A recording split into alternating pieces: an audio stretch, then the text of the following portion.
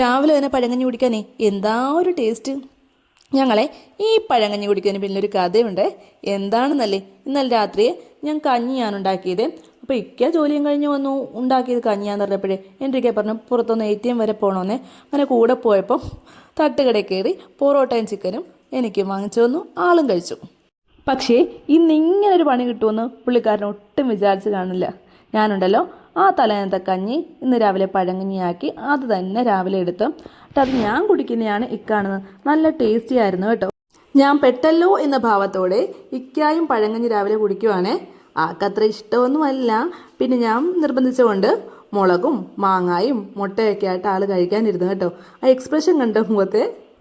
നിങ്ങളൊരു പഴങ്കഞ്ഞി ലവറാണെങ്കിലേ ഒന്ന് കമൻറ്റ് ചെയ്യണേ. പക്ഷെ കഞ്ഞി കുടിച്ചപ്പോഴുണ്ടല്ലോ ഇക്കയ്ക്ക് ഭയങ്കരമായിട്ട് ഇഷ്ടപ്പെട്ടെ. ഇക്ക പറയുക ഇതറിഞ്ഞിരുന്നെങ്കിലേ ഇന്നലെ തന്നെ ഇത് കഴിച്ചേനേ, തട്ടുകടയിൽ പോകത്തില്ലായിരുന്നു, അത്രയും ടേസ്റ്റി ആണെന്നാണ് കേട്ടോ ഇക്ക പറയുന്നത്.